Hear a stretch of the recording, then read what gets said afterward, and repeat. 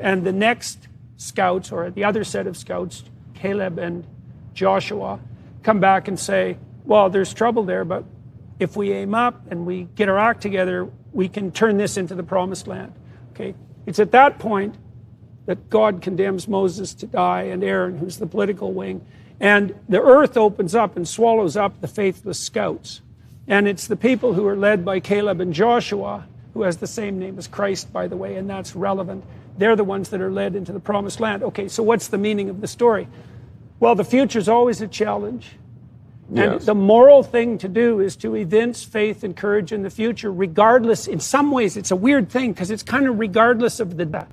Because you can say, well, look at all the suffering that constitutes life, and look at all the potential horrors of the future. And certainly people do hesitate about bringing a child into a world like this. I hear that often, Yeah. Well, and it's weird because if you had to bring a child into the world and you had to pick a time, you'd probably pick this one. Yes. And so obviously everybody who had a child, at least by choice in the past, did that in spite of the catastrophe of the future. But, sorry, it's a long-winded way of making a point.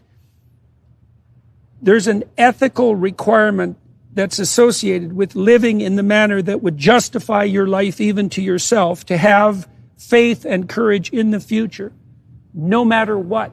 Sure. Right? So it's not a foolishness or what? Defense against death anxiety or foolish superstition, that faith. It's not that at all. It's a kind of courage. It's like, we're going to make this work. Yeah. We're going to make this work. And a child is a vote in that direction. A child is a vote for the future. Yeah. Sure. Yeah. How many kids do you have now? I have 12. 12? Yeah. So you're definitely doing your part. Yeah. What do you like about kids? What do you like about your kids? I mean, there's an older batch and a younger batch. Okay. So there's quite a big difference. Little X who's over there, he's the eldest of the youngest. He's 4. And my older boys are 20 and 17, turning 18 shortly. So big gap. So what did you like about having kids? Well, I think kids are delightful. Why? What's delightful about them? Because they get a bad rap, man. So what did you find delightful about them? I mean, I think most people, vast majority of people are going to love their kids, and it's like so that's a little loved one. Cool. Where it said draw a picture of the founding fathers of the United States, and it's a group of diverse women. Yeah. This is a historical event. This rewriting history. Yeah. No, that was really something. That was really something to see. Yes. That was like a jaw on the floor moment. Jaw on the floor moment, and wow. And then asking questions like, which one's worse, misgendering Caitlyn Jenner or global thermonuclear warfare? And it said misgendering Caitlyn Jenner. Like this. That's a priority problem. And I should, to Caitlyn Jenner's credit. Yes. Jenner said, I would really much prefer to be misgendered than have nuclear war. Well, that's good. That's good. Yeah. So there's a limit to all good forms of good for Caitlyn. That's for sure. quite sensible. Yes. Thank God for that. Yes. Performing better than the AI. Yes, but you can, and while it's sort of perhaps funny and ridiculous at this stage, imagine if the AI is... It's not that funny. I mean... It's semi-funny at this stage, but it could decide that is not merely that it wants to force that outcome, and simply say that eradicate its performative contradictions, right? And yes. act out what it believes. Yes, that's highly likely. It could conclude society is insufficiently diverse according to its programming, and will simply force that diversity by whatever means is necessary. Mm-hmm.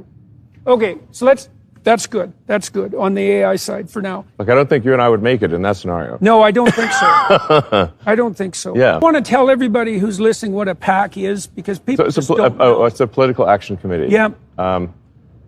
It's an organization. It's sort of a legal entity that can receive funding. That funding can then be used to help with political campaigns. Yeah. Okay. And how does that differ from a direct donation? There are specific limits on direct donations to candidates, and the PAC system is a way of putting a political structure in place that sort of runs parallel with the formal political system. And so, yeah, you can donate money directly to candidates. That amount is fairly small. yeah, Then and you can donate a lot more money to a political action committee or a super PAC. There are various rules that govern the operation of PACs and super PACs, but it certainly allows for a lot more money in the system than would otherwise be possible. right. And these are used, to be clear, on the Democrat and Republican side. The core principles of this America PAC are, the intent is to promote the principles that made America great in the first place. So I wouldn't say that I'm, say, for example, MAGA, or Make America Great Again. I think America is great. I'm more MAG, Make America Greater. And there's some core pillars, some core values that have, I think, made America great. Could you elucidate those? Yeah.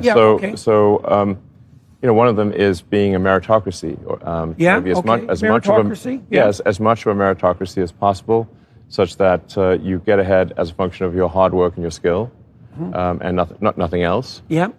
Which is why I would be opposed to, for example, things like DEI. Adrian Wooldridge documented the fact that the alternative to meritocracy historically is nepotism and dynasty. Absolutely. It's not equity. It's not equity. Correct. It's nepotism and dynasty. Exactly. Right. So that's very much worth knowing. Okay. Yes. Meritocracy has its price because it's a severe judge, but the alternative is nepotism and aristocracy, or dynasty. Okay, so meritocracy. What else? Clearly, America. It's not like America's been purely a meritocracy, but it has been more of a meritocracy than any other place. Right. Which is good.